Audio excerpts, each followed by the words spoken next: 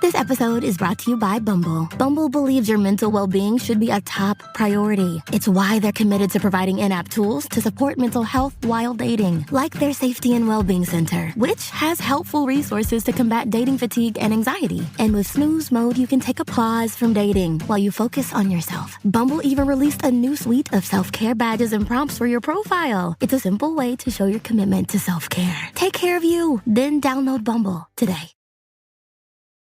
On this episode of Narcissist Apocalypse, we have the return of Bailey, and we talk about post-separation abuse, the divorce process, her kids, and manifestation.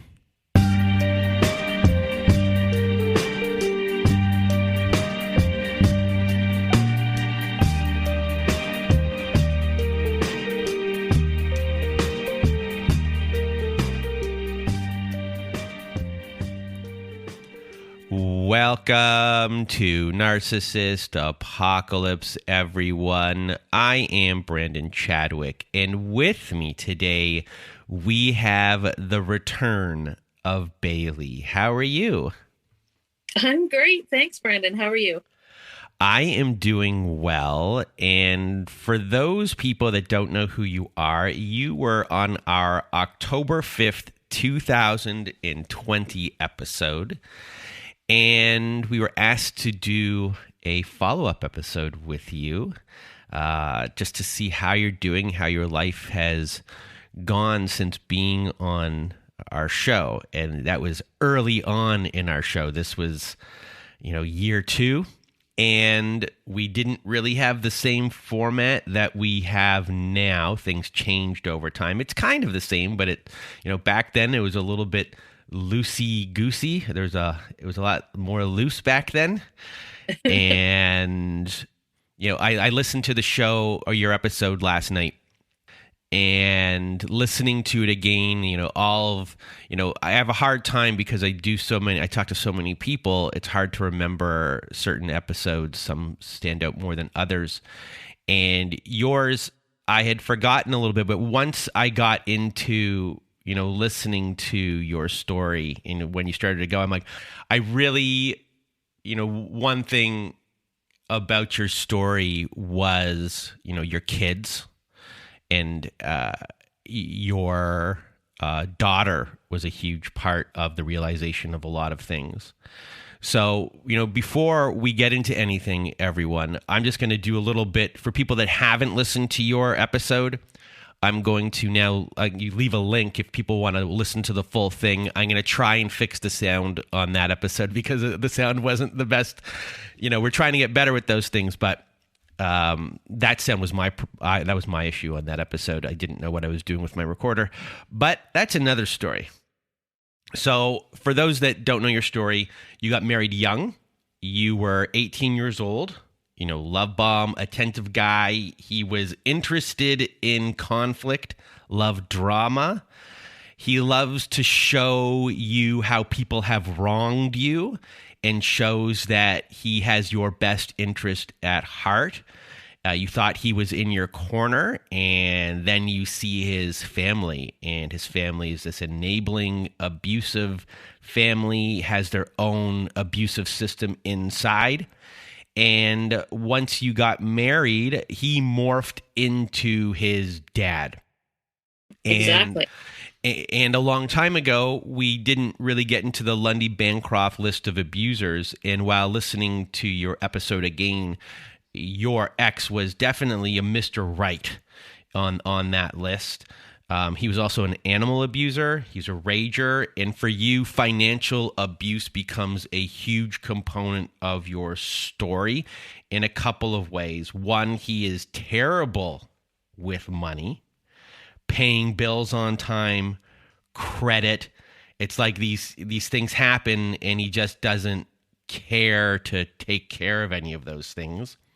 And then at the same time, he has you become a stay-at-home mom. He's always changing jobs. There's no job security for him because he's always destroying something. And you find out that later, that from when your child gets into the same type of business as him, that he is not the best in maintaining relationships or doing a job very well at all.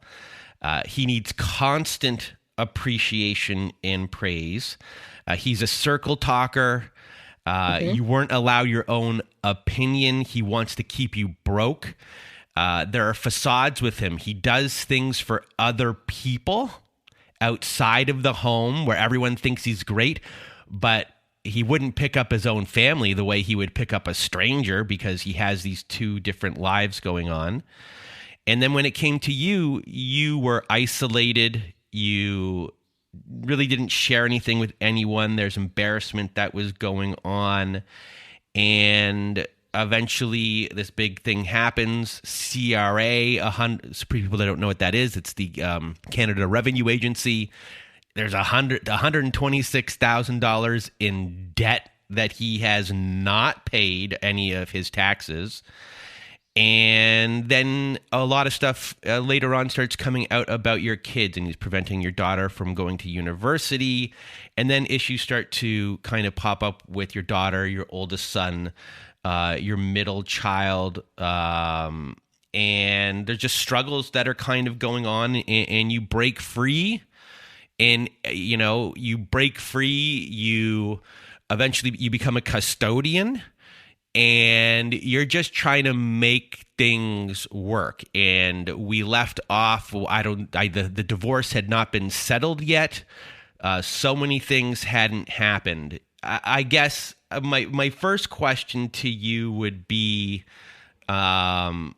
the divorce wasn't finalized, and you were talking about all of these dreams that you had, that you're out of the fog because you were seeing things clearly. So I guess talk us through like the divorce, everything that unfolded there, these dreams, and then kind of go into like how your kids are doing. Wow, Brendan, that's it. You nailed it 100%. You remembered everything. The separation and divorce process was a nightmare. I was not as prepared as I thought because I had done all my research. I was prepared in the fact of I knew the stage that my ex was going to go through. I fully expected things to happen. I think what shocked me was that opening my eyes to, I just couldn't believe I had been married to this person and the type of person he really was. I think the first thing I found out was he had 2 girlfriends. I had no idea. One showed up in our driveway. I know that's a fact. They denied who she was, but I knew who she was. I already had made up my mind to leave. He already knew I was leaving. I think what shocked me was that he had been carrying on these affairs. I think one was at least for maybe 2 or 3 years before I decided to leave. And I did find proof. And when I found that proof, I was like, wow, like this is who he is. I'm not wrong. And I knew I had to buckle down because I had a feeling what was ahead of me. The smear campaign is real and it was devastating. When I look back, I don't know how I made it through that whole separation/divorce process. I sort of became a bit of a hermit. I had a huge friend circle, and I decided, because a lot of my friends just thought he was this great guy. And I knew that if I was to say different or try to persuade them, I just knew that wasn't my job. And they're all good people. I just had to buckle down. I became sort of a bit of a hermit. I stayed to myself. I quit drinking alcohol. I quit socializing. And I just let him do his thing. And it was devastating. Some of my friends, there's one friend who I thought I could count on that she sort of got sucked in and believed his every word. But that's because her husband is very much like my ex, and they were good friends. So it didn't surprise me. It just hurt. He actually, I was just shocked. He made it his mission to speak to anyone and everyone he could. He spent his days and nights literally going to visit everybody he ever knew in his lifetime just to smear me. I think that's the part I found shocking, but it was okay. I knew it was coming. I think I was just shocked by how much people like him actually can do. And I made it through. So I kept trying to get I did all my research and I realized that the separation agreement was huge in Ontario. So I tried my best just to keep putting all that stuff to the side. And I messaged him, say, hey, do you want to meet up for coffee today? Can we get this agreement signed? Because I want to say, like, the only money I had coming to me was anything left over from our house. We had no RSPs. We had no savings. We had no stocks. We had no extra properties. There was nothing to divide. It was just to sell the house. Through hardship, you persevere. Through toil and sweat, you succeed. You dedicate years to fulfilling the calling on your life. Why do you go to such lengths? Because you were born with a purpose. You are a Christian leader with the desire to change this world. As a student and graduate of Regent University, you will gain the education that will prepare you to lead in such a time as this. Say yes to your purpose. Visit regent.edu/learn more. This episode is brought to you by Liquid IV. When life gets busy, you grind, you push, you reach for a stick of Liquid IV powder. It hydrates you 2 times faster than water alone, so you can crush goals and your to-do list. Because real life is extreme enough. Real people, real flavor, real hydrating. Buy a stick in store or at liquidiv.com with the code podcast for 20% off your order. So I dug my heels in. We had 3 different realtors come to the house. One, I quickly recognized he was trying to date. That's why he had picked her. I picked the one that I just went with my gut and picked one, and he agreed to it. And then we listed our house in October, shortly after I spoke with you, and it sold in a matter of 2 weeks. It was a nightmare. I realized because the realtor came to me, she couldn't get him to cooperate with anything. There's some structural issues with the house that I wasn't aware of, that somebody had pointed out to her. And just so everyone knows, your husband is really the king of, he's in the trades business. He's not very good at it, but he does these nonsensical things where he can go into a home, remove things, and take parts of these things out of the home that the home needs, and then cost you more money in the long run. He puts you in these weird debts all of the time. And this just happens to be another one of those occasions where, like, why would you do such a thing? And it creates an even bigger problem when trying to sell a home. Yes, like removing the structural foundation in our loft area. And so when the realtor showed up, because she wanted to discuss that with us and how she couldn't in good conscience sell this house, knowing that the roof could collapse at any minute, he flew off the handle and he stonewalled her and basically called her a liar and said the roof was fine. And I knew she was 100% correct. I calmed him down by saying, hey, we both have a builder in common. Let's get him over here to assess the situation. So she wanted architectural drawings and an inspection. Of course, they came back and agreed with her. So we got this builder in common, and he came in, and I think he did it as a favor for me as well. I think he felt bad for me, and I think his eyes got open because he was one of the people that my ex was constantly spending a lot of time with, smearing me. And they rebuilt all the knee walls in the loft and reinforced everything. And I think the end product was maybe $2,500 that, again, I had to suck up half of that, which really annoyed me. But I thought, no, you just have to stay focused, get this done, get this house sold. We had like a leak in the basement that he constantly lied about. The realtor had pointed that out as well. He was claiming he was going to fix it. He was down there doing something with the water pump. And when he went in to get a part in town, I was sitting in the living room. The living room was directly above that basement area, and I heard like a water sound. And I went down, and water was just gushing from our pump. And I just shut the pump off and managed to get it stopped. Later on that week, I was cleaning the living room, and I pulled open the drawer of one of our end tables, and there was the metal part, like the clamp that goes from the pump to the hose. He did it on purpose.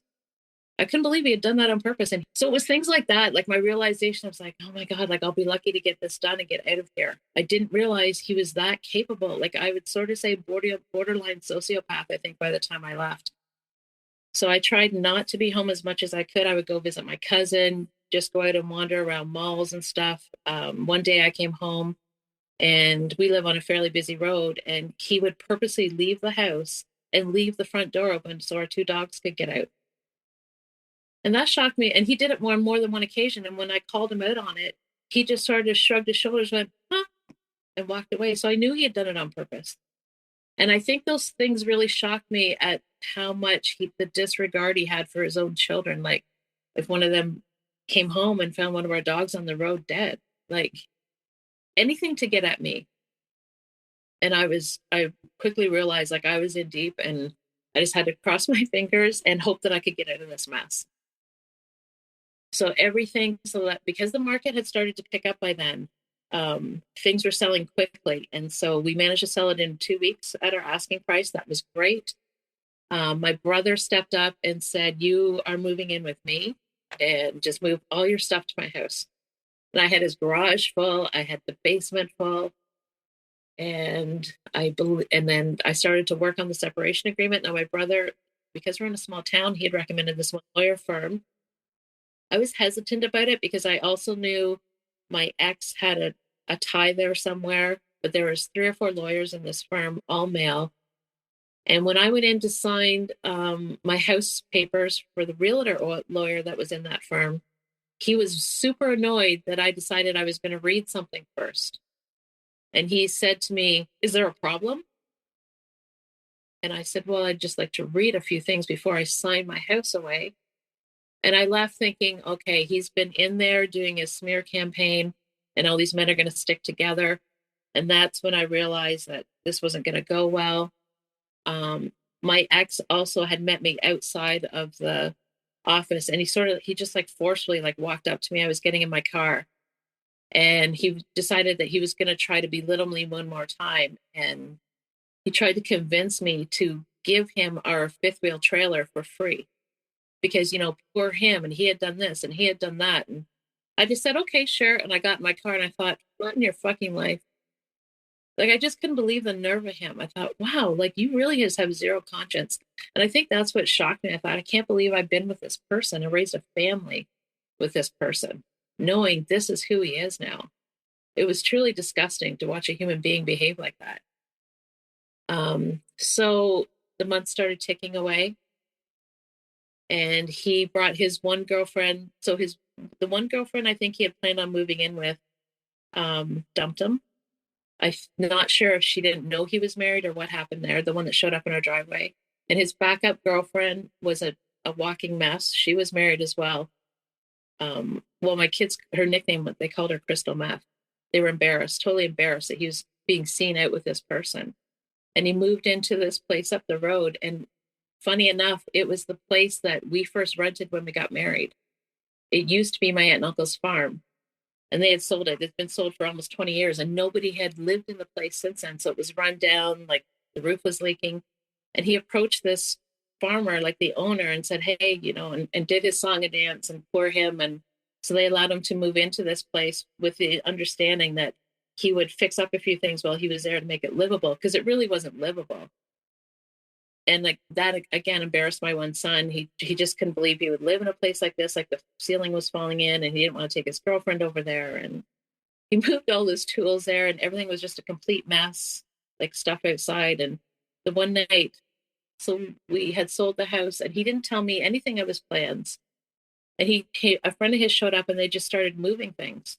And I went out and I said, what are you doing? And he said, I'm moving all these things up to my new place. And I said, well, you haven't signed an agreement yet. Like nothing, you can't just remove things off the property. And so we got into it with his friends, and his friend was like, no, I'm going to stay here. I'm not going to let you talk to him like that. And so I just started saying things like, and I just started like spilling the truth, how I worked 3 jobs and how I worked so hard to help you pay your taxes off that you lied about, and your girlfriends. And his friends sat there totally shocked.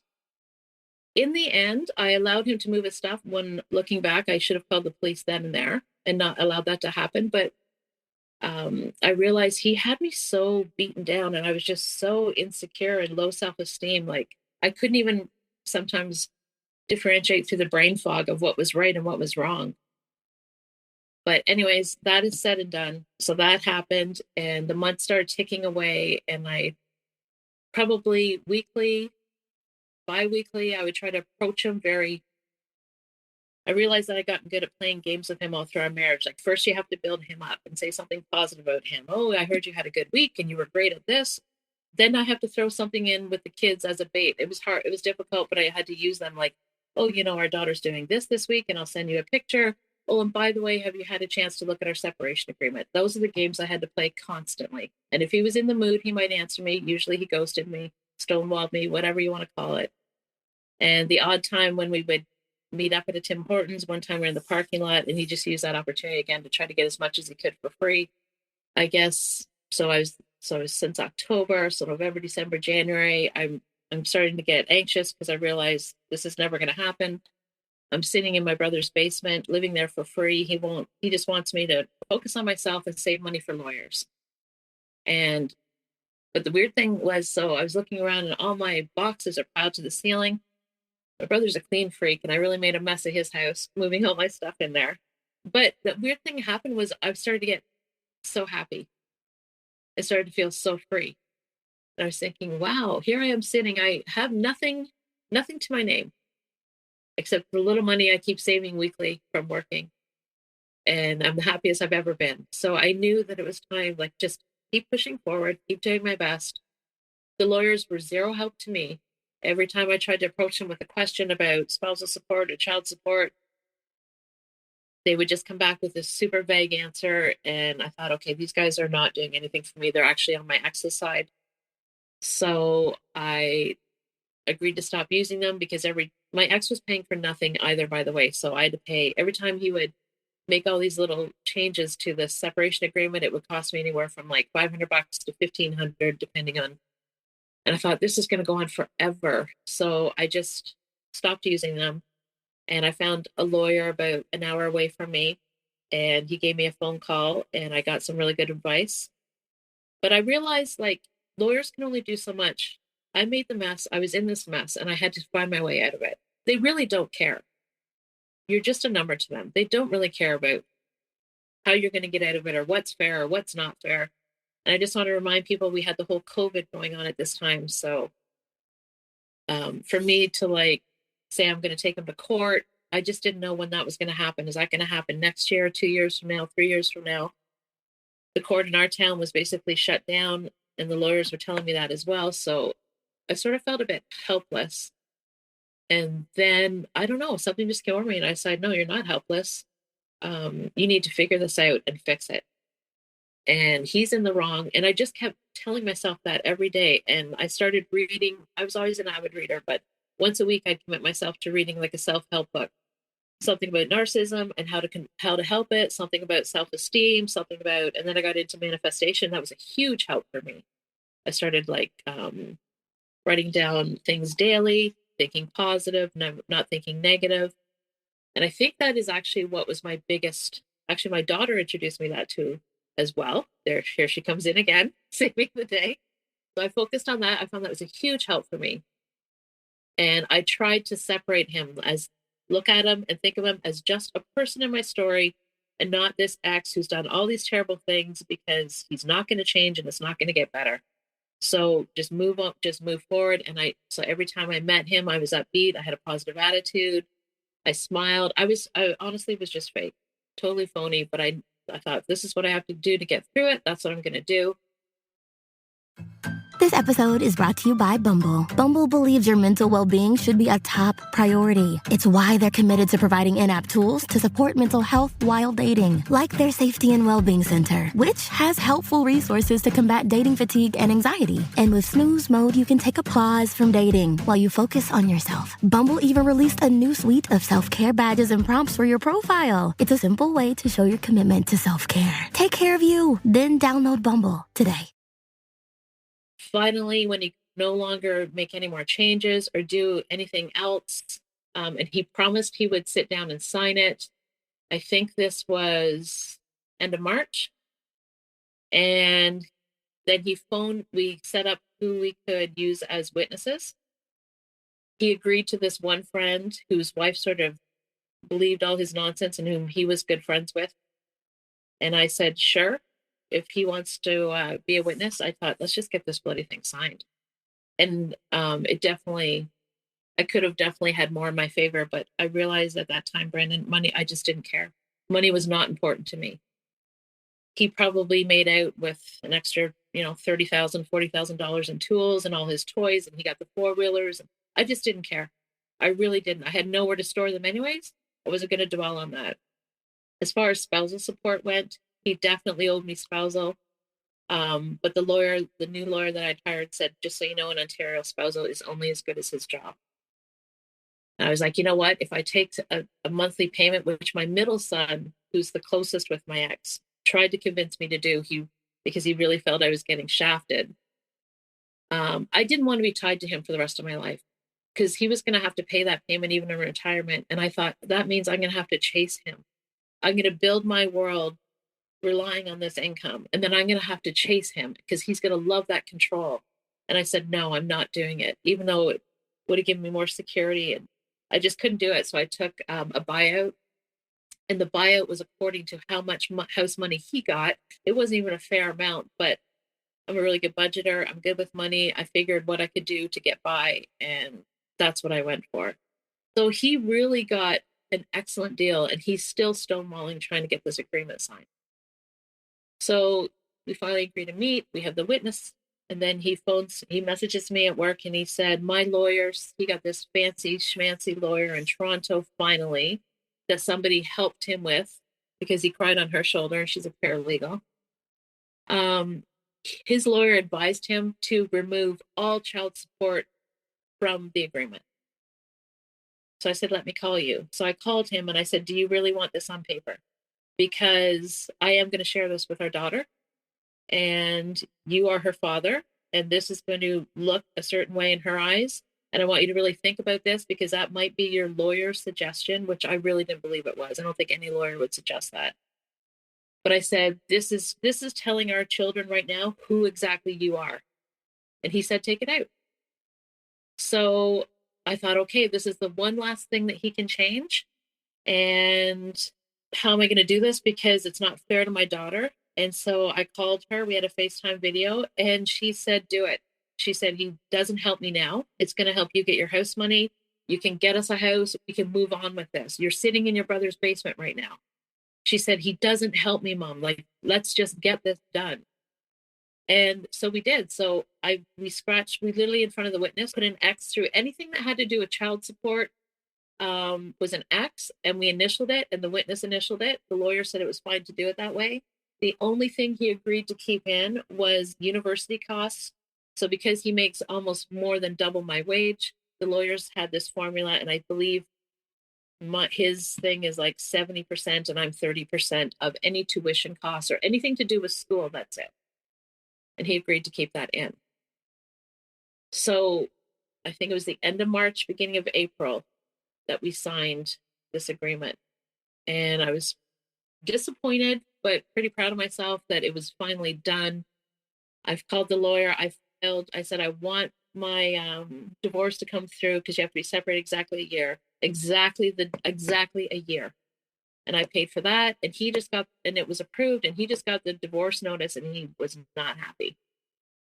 I fired off this email to lawyer, and I just sort of giggled to myself and thought, I'm done with you. It's all done. So I took my money and I started to house shop. It was a great day when I got that check from the lawyer. I'm not talking huge money, but I had enough for a down payment. And of course, the market was just starting to get really crazy. I wasn't sure what I was going to do, because I don't have a huge paying job, and whether I'd be approved and all this other kind of things. And I used the realtor that sold our house. And that was a great instinctual decision on my part, because she was amazing with me. She totally knew the situation. She totally knew how he reacted or what kind of person he was from the way his interactions with her, and how I had to do everything in the house to get it sold. Like, he did nothing. So when I was looking at houses, my brother, of course, was right there with me. And because they weren't allowing home inspections at the time, just because there were so many buyers. It was definitely a seller's market. And if you were going to put, home inspection, they wouldn't even look at your offer. So my brother went with me, because he's a plumbing tradesman. So he was looking at the electrical and the plumbing and all that kind of stuff with me. And the realtor turned to me and said, I'm just going to get a little teary-eyed. And she said, stop doubting yourself. You deserve good things. This is going to work out for you. And I got teary-eyed because I thought, here's a complete stranger. Like, just recognizing everything that's gone on in my life. And I listened to her. I'm like, no, she's right. I do deserve this. And so we went forward and looked at houses, and I ended up getting a house. And it was, so prices had risen, but they hadn't gone insane. And yeah, and the thing was, my house was a block away from my brother's. And so I thought that was funny how that worked out. We literally walked things from his house over to my new house on closing day. Now my brother has moved on. He's moved about an hour away from me now, but in that time it was really great. But I could go over and visit him and settle in. And so my daughter, she was like over the moon ecstatic. So I think we moved in. So we got my agreement signed at the end of March, beginning of April. And I started house shopping, and we were in my home by the long weekend of May. And things just like progressed really quickly. And I was just like over the moon. Did you shoot off fireworks because it was Victoria Day? We did. For Americans that don't know, May 2-4 weekend is Victoria Day, or just to a lot of people, Fireworks Day. Really. And I think so. My brother, the house needed a bit of work. Like we put in some new carpet, and my daughter and I wanted to paint our rooms. So I was able to stay at his house and do that while I was, doing a bit of renovations. And then when my daughter were there and I were there painting that first week, that's when I saw my divorce come through by email. And I just was so excited. I'm like, all of these great things are happening all at once. And I'm finally free of him. So things, I don't know how to describe it. Like things just, the realtor was right. Things just fell into place, and they continue to do so. I'm really into just staying positive and realizing, I had read this book. So for any listeners out there, this might inspire them as well. Her name is Lynn Grabhorn. And I read this book, Excuse Me, Your Life is Waiting. And it's all about feelings and how we can control our feelings to the outlook of what goes on in our lives.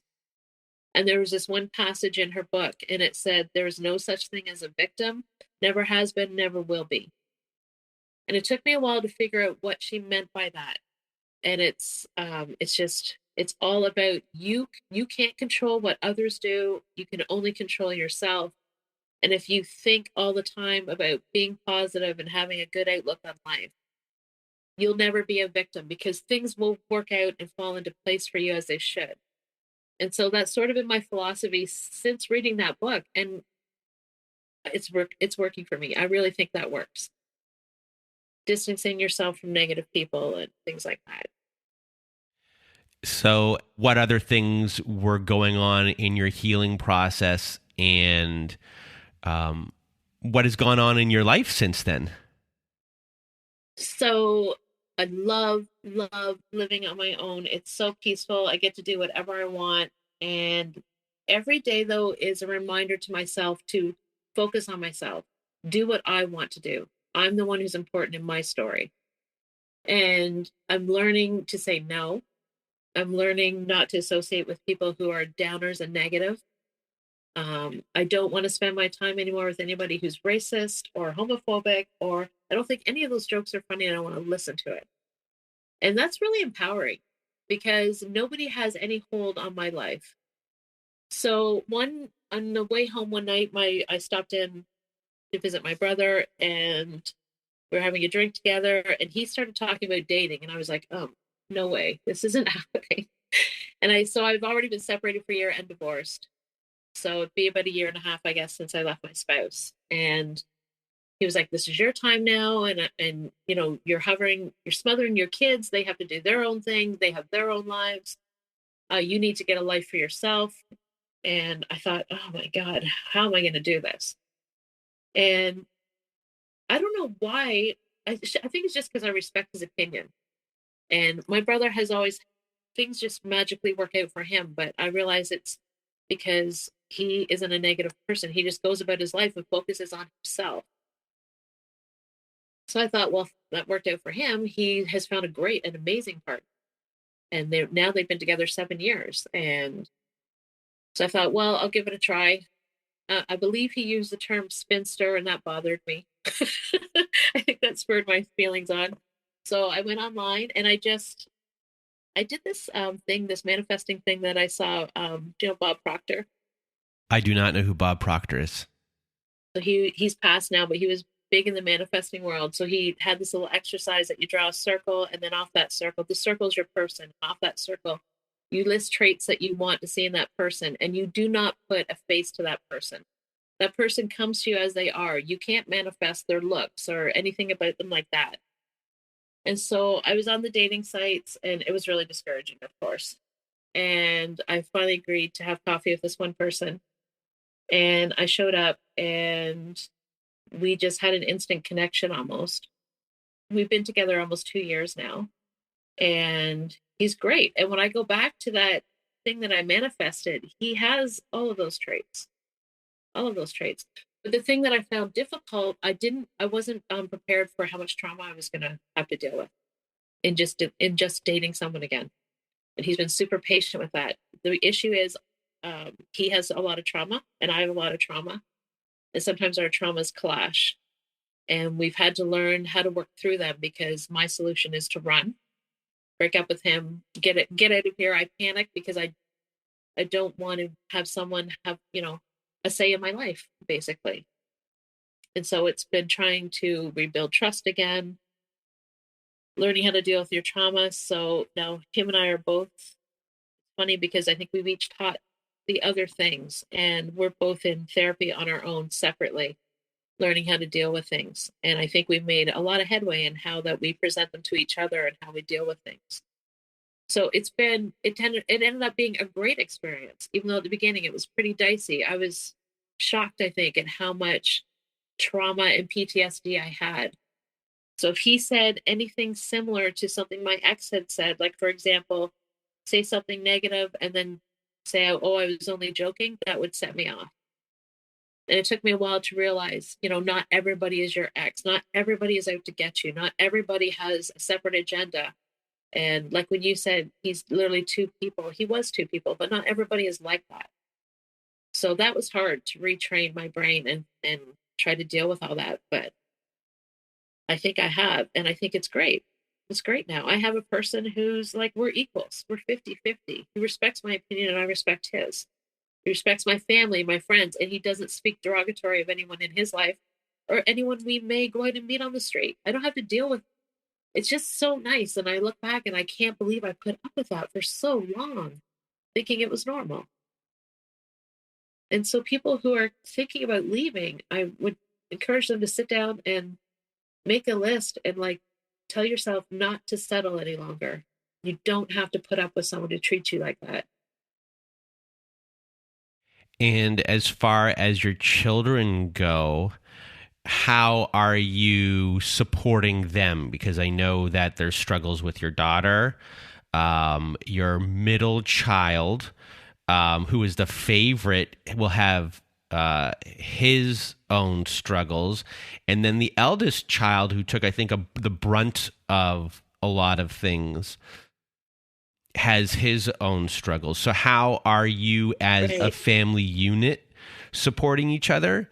So when it comes to them, how are they doing, and how is this new life for all of you, really?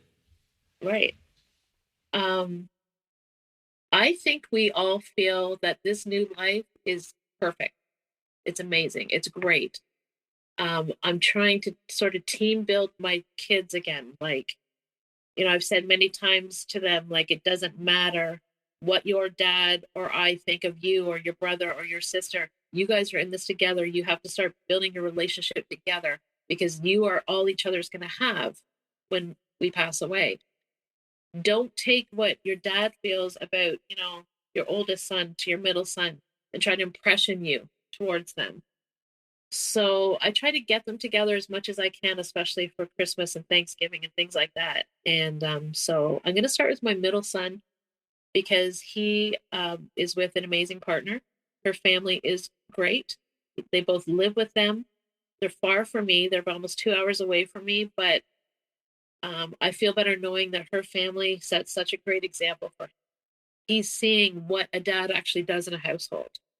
And he's seeing what teamwork is and how a relationship is 50-50. And his partner has learned that from her parents. Therefore, in my eyes, from what I see, she's an excellent partner for him. And they have recently had a baby. They definitely are on the path to get married. I think we all hope they will get married. And so now I feel like our family has moved forward because we're blessed with this grandchild. And the baby is 7 months old, and they're excellent parents. Like, my son is in there like a dirty shirt. He wants to change diapers. He wants to feed her. He wants to be with her as much as he can be. And I think that's going to be very healing for him. But at the same time, I do worry that it's going to stir up some feelings, as in, why wasn't my dad doing this for me?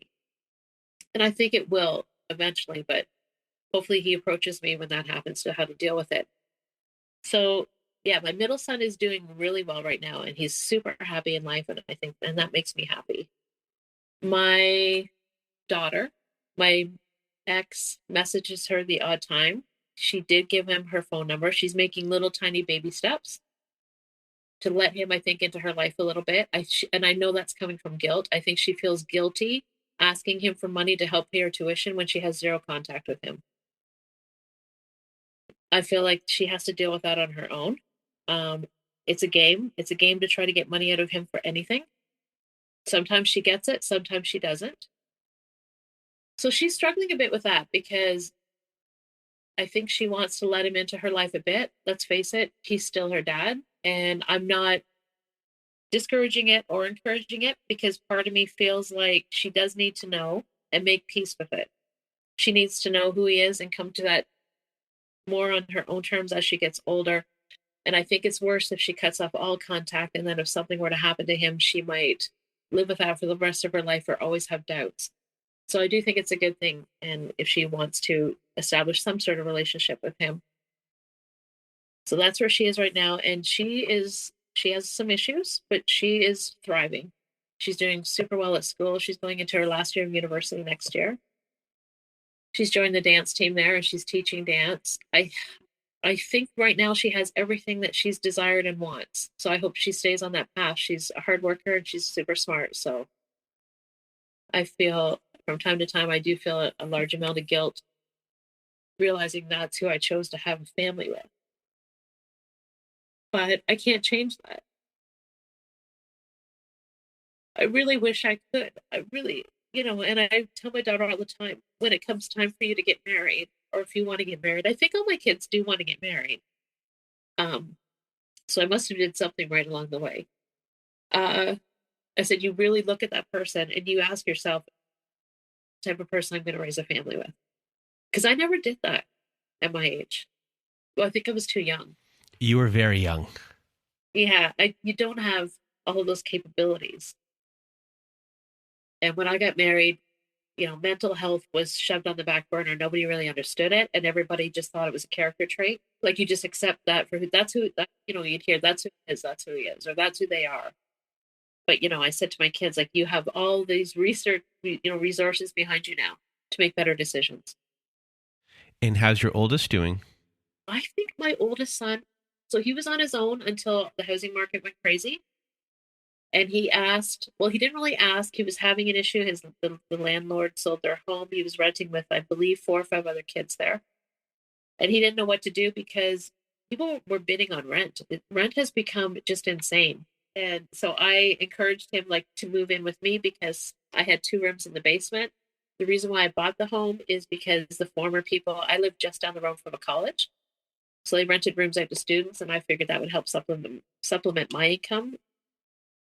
So I offered a room to him and said, can you just move home and decide? So that was this September. That'll be 2 years. And he's definitely had his ups and downs. His dad likes to pop in at his place of work and make a spectacle, try to embarrass him in front of coworkers and things like that. And instead of like getting angry, and I just say to my son, like, that's all in your control. You can pick up and phone, because we all work for the same company. I said, he has no right to be at your school. You can pick up the phone and call human resources and have that looked after. And my son, who's an exceptional person, just said, I can't be that guy who tells on his dad. But I said, I totally understand. Like, you have to do what's right for you. You can sleep at night. He said, I just can't do that. And I said, okay, then just understand that you've made that decision, you know? And I think by having talks like that and showing him that he's not powerless and things are in his control and his choice, I think that's really helped him. And him and I have grown even closer, him being here. I hate to see the day that he moves out. He's dating someone right now. They've been dating for 6 or 7 months. And she's great. I think they're the perfect match. So when I sit back and I look overall, I think things are amazing for us right now. And I think taking that one step and leaving that very toxic situation allowed goodness to come into our lives. And I feel like if I was still there, none of this would have happened. So you also wanted to discuss the things that were happening with the women in your town and how your story has helped them, your life has helped them. So talk to us about this. Yeah, so how I met the first girl was her ex had messaged me and asked me out. He heard that I was separated. Now, I sort of knew him and knew about his behaviors, and so I'd already made up my mind that that wasn't going to happen. And next thing I know, his ex-wife is messaging me. And like, I know her a bit only because of our small town, like of places, oh, I would see so-and-so, but we weren't friends. And she's like, I just want to tell you that you don't want a piece of this. Stay far away from him. And she started telling me some of the things he had done to her. And they've been married for at least 25 years plus, raised a family together. And I wasn't surprised because I had his number. And so her and I, of course, I turned him down. And her and I ended up becoming pretty good friends. We had visits back and forth. We shared stories. And I was completely shocked to the levels that that man had gone to destroy her. And even as far as sexual assault. And he had been in the courts and charged, and she had gone ahead, and she was so brave to go ahead and do that. And then my story got out maybe through her, through other friends. And then I'd spoken with other women, and I'm up to 5 other women now in my community. And we're not that big of a community who have experienced the exact same thing. This masculine toxicity with full control, and it's my house and my money and my. And 2 of the women I know are still married and are still struggling huge. And I don't want to come out and say, look, he's this, and this. I realize they have to come just like I did on their own terms and their own time. And I can just support them. But their self-esteem has gone from 10 to like a 1. I knew the one girl before she was married. We were friends when we were younger. And I watch her now, and it just tears my heart out. But I know there's nothing I can do to help her. She has to help herself. Well, you're helping a lot of people, and today you helped people one more time for being here and sharing your post-separation experience. And I don't remember off the top of my head if we did a words of wisdom back then, but here is your chance if we didn't do that. I don't remember off the top of my head. So for everyone who is listening, what are your words of wisdom for everyone? My words of wisdom are, even when you are at your lowest and you think you're never going to dig yourself out of that situation, please pick up a book or read something on manifesting and the law of attraction. Because even if some people might consider it false, bumpkus, whatever you want to call it, I realized even back in my marriage, in my mind, I was manifesting. Like, for example, he had made a comment about his house, and I don't know why he brought up this conversation, but if things happen, he won't be the one leaving because it's his house. And I would say in my mind, I'm going to have my own house one day. I will buy my own house. And at the time, I had no idea how that was going to happen because he had control of the money and I was a stay-at-home mom. But here I am. And I realized back then I was already manifesting that. So please even if it's in your heart and your mind, remind yourself of who you are and what you deserve. And everybody deserves good things, and everybody deserves respect and be treated properly. And just keep reassuring yourself over and over again. And things find a way of, you just have to take that step and enable yourself. And things find a way of lining up and working out. Well, Bailey, I really want to thank you once again for being here with us today and sharing the rest of your story. People were curious and wanted to know, and we're going to try to bring back other guests as well, more often than we have. And you're the first one in this new wave. So big thank you for being here with us today. Thank you, Brandon. I just want to say one more thing, because my daughter will laugh at me, but I feel this is the truth. I really do feel like the sky is bluer and the birds are singing just for me. It does happen. Well, thank you for that. So a really big thank you for being here with us today. Thank you, Brandon. And if you want to be a guest like Bailey was today, please do go to our website at narcissistapocalypse.com. Top of the page, there's a button that says guest form. When you click on that button, it takes you to our guest form page. There, you can read all of our instructions and either send us an email at narcissistapocalypse@gmail.com or fill out our guest form and press the submit button. And please do send it in the format that we ask for. Also, at our website, we have a support group. So if you need support at narcissistapocalypse.com, click on the support group button at the top of the page. There you'll see that we have Zoom meetings every Wednesday night, Thursday afternoons, and Saturday nights. We have forum boards for you to post on and to get the validation that you need and to validate other survivors just like you. And that is at narcissistapocalypse.com. Press on the support group button if you need support.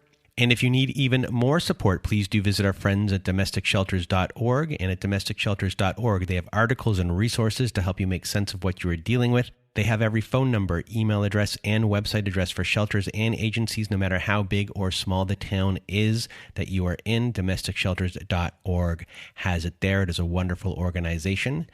And that is it for today's episode. So for myself and Bailey, we hope you have a good night.